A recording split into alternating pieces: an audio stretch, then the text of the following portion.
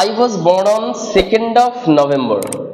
এই সেন্টেন্সটাই আমরা দেখতে পাচ্ছি যে এখানে যে সেকেন্ড ওয়ার্ডটা ইউজ হয়েছে, এই সেকেন্ড ওয়ার্ডটা কিন্তু ইংরেজিতে অর্ডিনাল নাম্বার, তাই তো?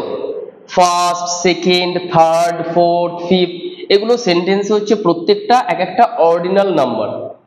এবং আমরা জানি যে সেন্টেন্সে অর্ডিনাল নাম্বারসের আগে সব সময় আমাদের ডেফিনাইট আর্টিকেল দা ইউজ করতে হয়। ঠিক যেমন ফার্স্টের আগে ডেফিনাইট আর্টিকেল দা বসেছে, সেকেন্ডেরটাই ছিল না। অর্থাৎ এখানে এ পার্টে কিন্তু সেন্টেন্স এরর, তাই তো?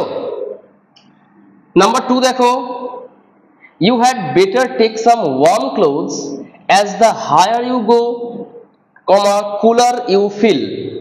এখানে দেখো আমরা জানি যে সেন্টেন্সে যখন ডাবল কম্পারেটিভ ডিগ্রি ইউজ হবে, ডাবল কম্পারেটিভ ডিগ্রি বলতে আমরা জানি কম্পারেটিভ ডিগ্রির যে অ্যাডজেক্টিভের ফর্ম হয় সেটা অ্যাডজেক্টিভের সাথে ইয়ার বসিয়ে করি, যেমন কাইন্ড, কাইন্ডার, কাইন্ডেস্ট, লং, লঙ্গার, লংগেস্ট, অর্থাৎ ইয়ার যে ফর্মটা, অথবা কখনো মোর দিয়ে যদি অ্যাডজেক্টিভ থাকে, যেমন intelligent, more intelligent, most intelligent, তাহলে এখানে মোর ইন্টেলিজেন্ট যে শব্দটা সেটা কম্পারেটিভ ডিগ্রি। এখানে দেখো হায়ার যেহেতু ইয়ার আছে এটা কম্পারেটিভ ফর্ম, কুলার যেহেতু ইয়ার আছে এটা কম্পারেটিভ ফর্ম।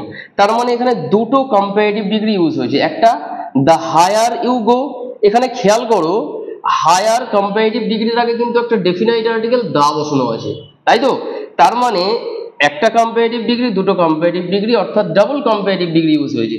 তার মানে দুটো কম্পারেটিভ ডিগ্রির ফর্মের আগেই আমাদের কিন্তু ডেফিনাইট আর্টিকেল দা বসাতে হবে। বোঝা গেল?